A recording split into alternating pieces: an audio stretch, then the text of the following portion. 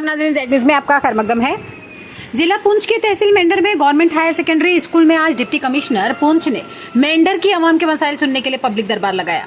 मेंढर गांव हिरनी के सरपंच वसीम खान ने डीसी साहब से गुजारिश करते हुए कहा कि हमारी मेंढर की आवाम पानी की बूंद बूंद के लिए तरस रही है, मगर महकमा पीएचई को कोई परवाह नहीं है।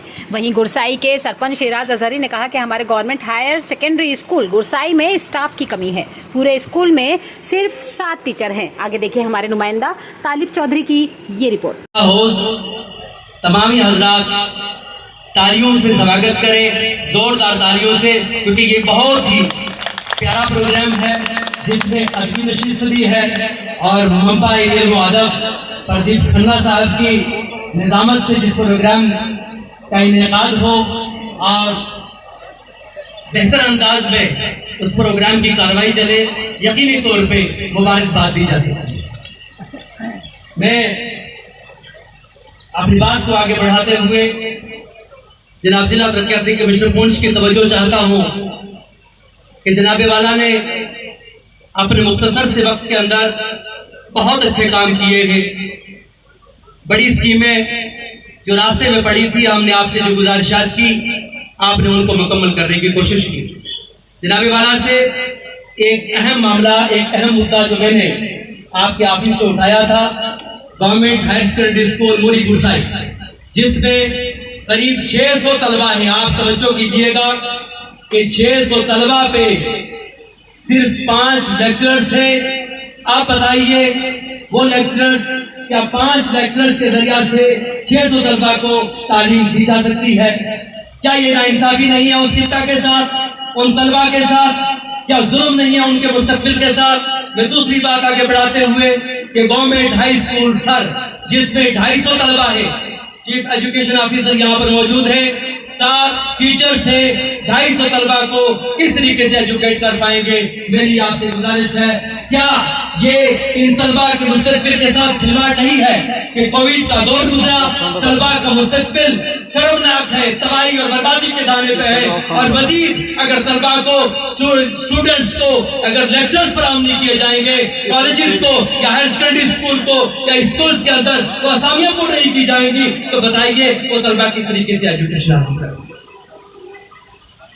मैं सरपंच वसीम साहब, नजीर साहब, ताज साहब की तकरीर की मुकम्मल तारीफ करते हुए, क्योंकि ये दुख है मोहतरम, आपने बहुत आलीशान प्रोग्राम का इनेकाद किया है, यहाँ सिर्फ आपकी तारीफ। डीएमओ साहब, ब्लॉक मेडिकल ऑफिसर साहब, यहाँ बहुत सारी बातें हुई, सरपंच साहबान ने अपनी बातें कही,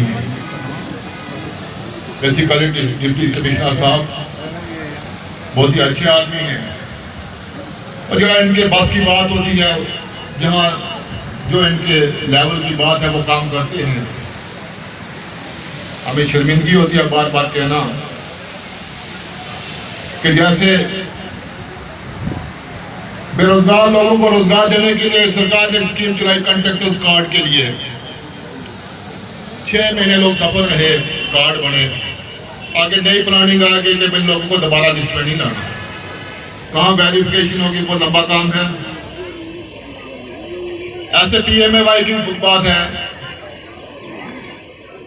बड़े अफसोस की बात है, पता नहीं कैसी सरकार, तो शर्म आती है बार बार बात करते हुए।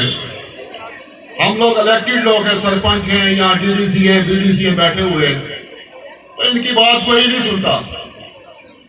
मैं महसूस करता हूं कि इनकी बात कोई सुनता ही नहीं है।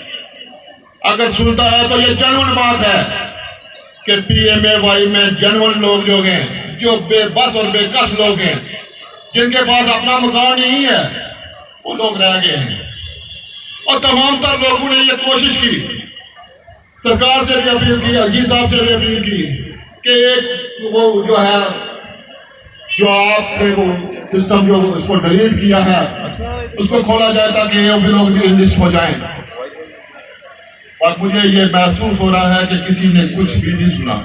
ये नहीं कि यहाँ की बात है, मेरी एक पंचायत है प्लेसर की, वो सारी की सारी डिलीट हो गई है। हमें शर्मिंदगी होती है ऐसी नुमाइंदगी पर, ऐसे सिस्टम पर नहीं है कि एक बैंक के वाल के लिए हमें एक्शन को फोन करना पड़े, ये भी बात अच्छी नहीं है। मैं प्रार्थना करूंगा कि इनको थोड़ा कोई सरमाया दे, ये आप भी पैसे करा ठीक करें।